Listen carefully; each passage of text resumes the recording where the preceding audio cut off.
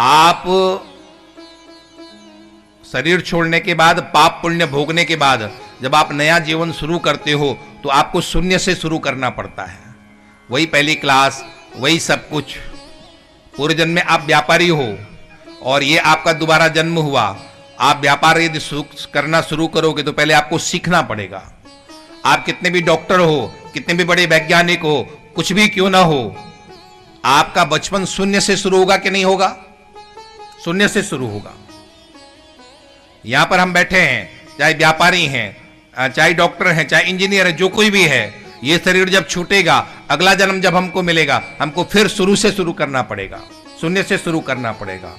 लेकिन भक्ति एक ऐसा धन है, यदि आपने इस जन्म में 2 सीढ़ी चढ़ी है तो आपको फिर अगले जन्म में तीसरी सीढ़ी से आगे शुरू करना पड़ेगा। यह नहीं है कि आपको शून्य से शुरू करना पड़ेगा। भक्ति का बीज कभी भी समाप्त नहीं होता है। भक्ति का बीज वो बीज है जो आप कहीं भी चले जाओ, कहीं समाप्त नहीं होता। आपने 2 सीढ़ी चढ़ी इस जन्म में, अगले जन्म में आप तीसरी सीढ़ी चढ़ोगे और इस तरह से एक एक सीढ़ी करते करते कभी ना कभी परमात्मा आपको मिलेंगे ही मिलेंगे। इसलिए बाबा कबीर ने कहा था, भक्ति बीज बिन से नहीं, आप पड़े जो झोल।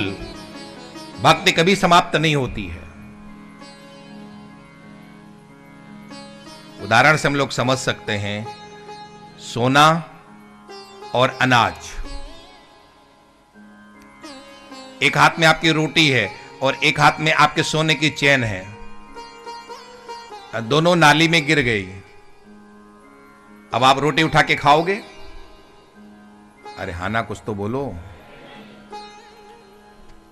एक हाथ में आपके सोने की चैन थी, एक हाथ में ब्रेड थी, रोटी थी, और दोनों नाली में गिर गई। अब रोटी उठा के तो खाओगे ना। रोटी खराब हो गई कि नहीं खराब हो गई? लेकिन सोने की चैन खराब हुई? निकालोगे कि नहीं? कि वहीं रहने दोगे आप? रोटी ने अपनी कीमत खो दी, लेकिन सोना अपनी कीमत खोता है? नाली में जाने के बाद भी वो सोना अपनी कीमत नहीं खोता है। ठीक उसी तरह से भक्त वो सोना है, भक्ति वो सोना है, वो कहीं भी चली जाए अपनी कीमत कहीं नहीं खोती है। आप मनुष्य योनि में आओ, यहां भी भक्ति है। पशु योनि में आओ, वहां भी भक्ति है। पक्षी योनि में जाओ, वहां पर भी भक्ति है। गरुड़ जी भगवान के वाहन हैं, वो भी भक्ति करते हैं।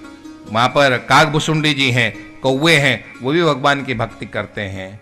बहुत से ऐसे अवतार हैं। नीम करोली बाबा हुए हैं, महान संत नीम करोली जी बाबा। आप लोगों ने, किन्हीं लोगों ने उनका नाम सुना होगा, नीम करोली बाबा का।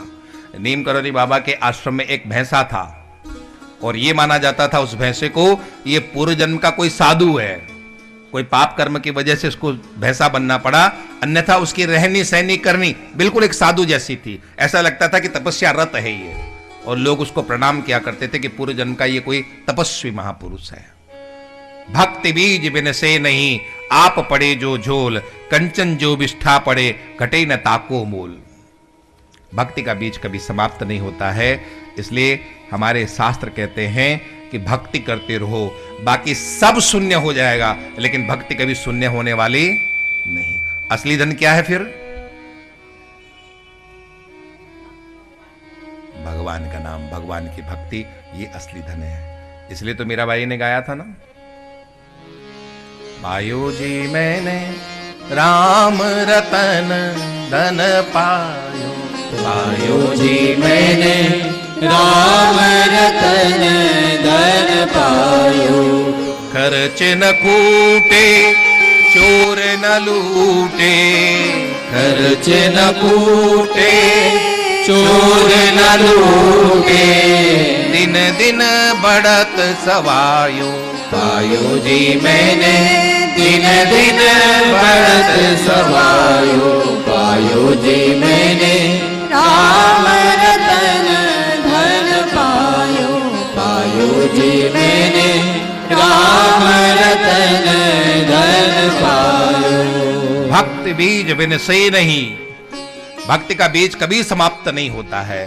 बाबा कबीर तो यहां तक कहते हैं, पूरे ब्रह्मांड में भी सूखा पड़ जाए, यदि आपने अपने हृदय में भक्ति का बीजारोपण कर दिया है, ये बीज कभी समाप्त नहीं होता। कभी न कभी वो अंकुरित होगा ही होगा, कभी न कभी आपको फल देगा ही देगा। खेत में आप बीज बोओ, पानी नहीं यदि बरसे तो वो बीज समाप्त हो जाता है। लेकिन भक्ति का एक ऐसा बीज है कि पूरे ब्रह्मांड में भी सूखा पड़े तब भी ये भक्ति का बीज विनष्ट होने वाला नहीं है, सूखने वाला नहीं। राम नाम हर जोइए, सुमिरन बीज जमाए, सब ब्रह्मांड सूखा पड़े, भक्ति व्यर्थ न जाए। भक्ति का बीज कभी विनष्ट नहीं जाता है, इसलिए भक्ति करते रहो, भक्ति करते रहो। हरे नामो हरे नामेव केवलम, कलो नास्तेव नास्तेव नास्तेव गतिरन्यथा।